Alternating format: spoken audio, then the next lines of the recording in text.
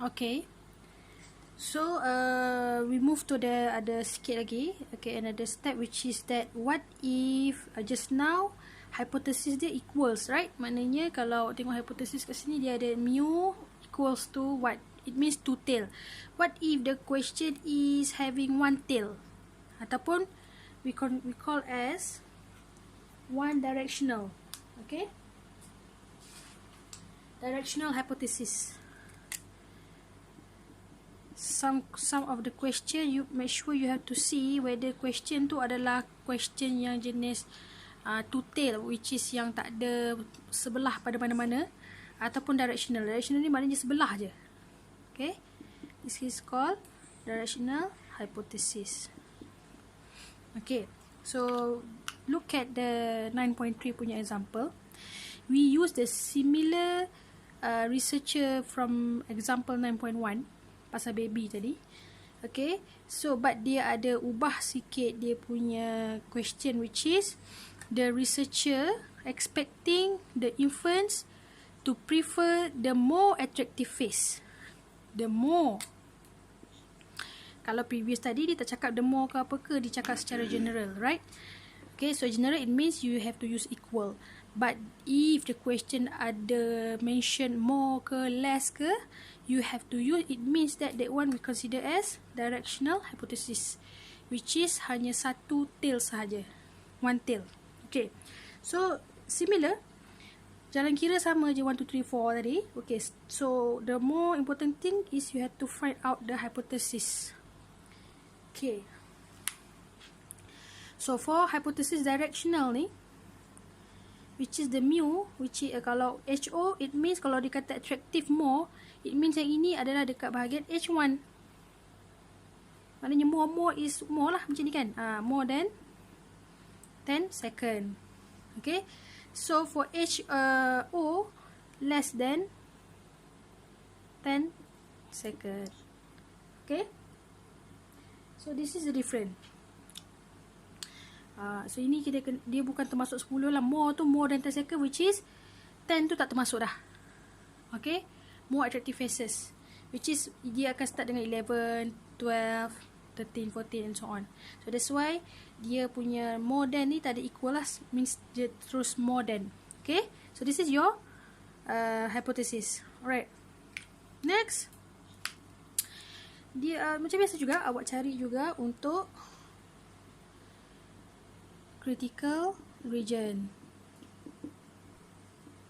Okay, so for critical region, make sure you have to find out DF juga, which is ini adalah 9 minus 1 equals to 8. Okay, so untuk cari dalam table, you have to find yang one tail. One tail 5%. Okay, soalan dekat sini 5% lah. Punya alpha dia adalah 0.05. Okay, so alpha 0.05, which is 5%. Cari dalam table. Okay, so from the table it shows T equals to 1.860. Nanti buat semak 860. So dia punya graph like this, which is awak jangan letak 2, sebab one tail saja maknanya means one saja critical region dia kat sini, 1.860. Okay, kat sini. So this is your H1. Ini bahagian ni adalah H0 lah. Okay, now calculation sama macam tadi. So answer dia berapa tadi untuk calculation? T equals to 3, right? Ni kita ambil balik yang example 9.1. So T equals to 3, which is kat mana? Of course in your right side kat sini kan. So this is your 3. Your 3. So conclusion dia adalah sama macam yang first tadi, which is awak janganlah guna conclusion yang macam 9.1. You have to use the conclusion, you have to change from the hypothesis kat sini. So number 4 decision dia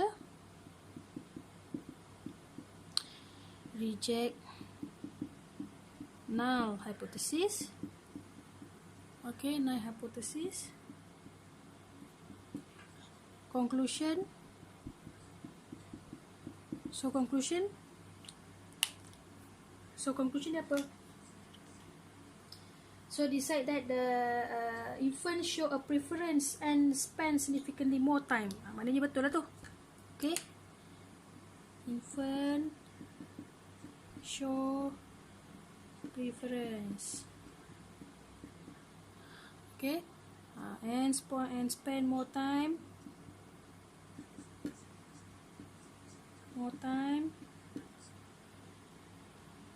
Looking at the attractive.